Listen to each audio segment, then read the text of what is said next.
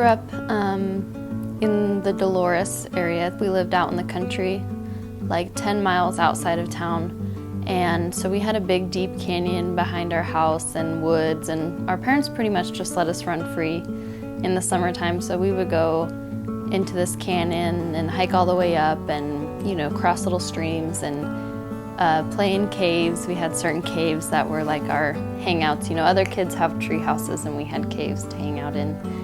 And so I kind of just carried that with me, kind of instilled in me this wanderlust and a love for rivers and a love for all things outdoors. So from about 18 to 22, I wasn't in school. I didn't have any one steady job. I just kind of bounced around the country a little bit, did a lot of farm work, did other types of kind of manual seasonal jobs, mostly living out of my truck or my tent. And then in 2010, I got the opportunity to go live in Baja, Mexico, and work for a friend of a friend.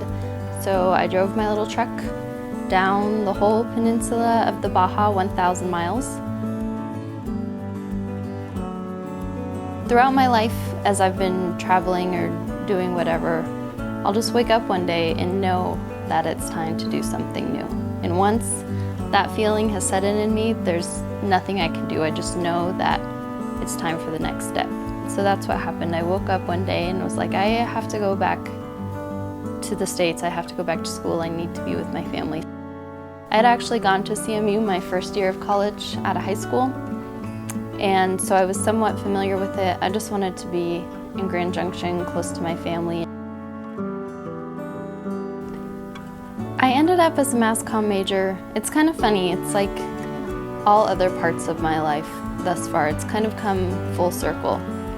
I always wanted to be a journalist growing up because writing was the one thing that I was really strong at, and I've always been really curious.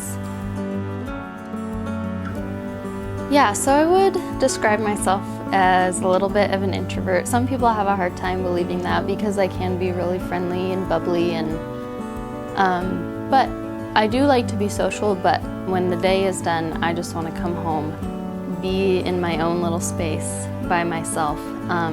If I spend too much time around other people in groups, or if I'm spending a lot of time in places that aren't familiar to me, like my little nest of a home, I get really worn out. And so at the end of the day, every day, I just like to come home and have quiet time, and that kind of rejuvenates me. I'm Charlie Blackmer, and I'm a mass comm major.